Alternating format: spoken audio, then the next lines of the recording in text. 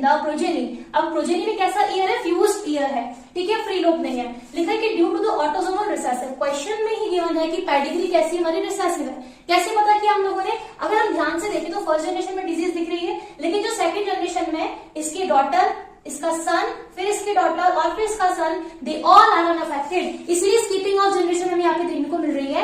और फिर अगर हम थर्ड जनरेशन को जाए बच्चों, तो जब इस फीमेल ने मेल के साथ में शादी किया तो उनकी जो 2 डॉटर्स हुई उसमें मेल के थ्रू डिजीज जा रही है। अब क्योंकि ऑटोसोमल है, क्योंकि डिजीज मेल में भी जा रही है और डिजीज फीमेल में भी जा रही है, इसीलिए ऑटोसोमल पेडिग्री कहलाएगा ये। साथ ही साथ में अब हमें क्या करना है, हमें यहाँ पे बोला जा रहा है कि फाइंड आउट, आपको वर्क करना है find out the genotype of a member in the given. अब आपको हर एक जनरेशन का क्या निकालना है, जैसे कि हमारे पास में एग्जांपल है कि हमारे पास में फर्स्ट का क्या होना चाहिए, ठीक है, सेकंड जनरेशन का क्या होना चाहिए, थर्ड जनरेशन का हमारे पास क्या होना चाहिए। तो सबसे पहले हमारे पास में क्या ऑटोसोमल रिसेसिव है, तो हम क्या मानेंगे, अफेक्टेड कौन है, स्मॉल ए, देन हमने इसको कैपिटल ए स्मॉल ए मान लिया, ठीक है। कैपिटल ए स्मॉल ए जब फ्यूज होगा तो इसका क्या बनेगा, capital A small A, same capital A small A, capital A small A and capital A small A, ठीक है बच्चों। अब देखेंगे इसका क्या बनना चाहिए, क्योंकि अफेक्टेड ए से स्मॉल ए आएगा। अगर मैं बात करूं इस कैपिटल ए को स्मॉल ए से फ्यूज करूंगी तो नेक्स्ट जनरेशन का ए बनेगा कैपिटल ए स्मॉल ए बनेगा, राइट। और अगर मैं स्मॉल ए को मिला दूंगी तो मेरे पास स्मॉल ए क्या हो जाएगा, अफेक्टेड इंडिविजुअल बन जाएगा।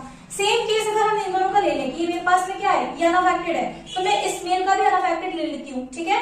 लेकिन सोचने वाली बात है कि अगर मैं यहाँ पे अनअफेक्टेड ले लेती हूँ, दोनों ही अनअफेक्टेड है, तो उनका जीनोटाइप अगर मैंने ऐसे ले लिया तो स्मॉल ए कहीं ना कहीं तो रिप्रेजेंटेटिव होगा ना, इसलिए हम यहाँ पे क्या लेते हैं बच्चों, कैपिटल ए लेंगे। अब क्या करेंगे ना, कैपिटल ए से फ्यूज होगा तो भी अनअफेक्टेड रहेगा, कैपिटल ए स्मॉल ए से होगा तो भी अनअफेक्टेड रहेगा, कैपिटल ए कैपिटल रहेगा तो भी क्या रहेगा हमारा बच्चों, इसमें अनअफेक्टेड रहेगा। अब हमें फाइंड आउट करना है, क्वेश्चन में गिवन है कि फर्स्ट जनरेशन का सेकंड क्या होना चाहिए। देखिए फर्स्ट जनरेशन में जो सेकंड आ रहा है उसका जीनोटाइप हमारे पास में ये आ रहा है, सेकंड जनरेशन में जो थर्ड है उसका क्या आना चाहिए, कैपिटल ए स्मॉल ए आना चाहिए, और थर्ड जनरेशन में फर्स्ट का क्या आना चाहिए बच्चों, ये। तो हमारा आंसर क्या हो जाएगा, ये वाला फर्स्ट ऑप्शन।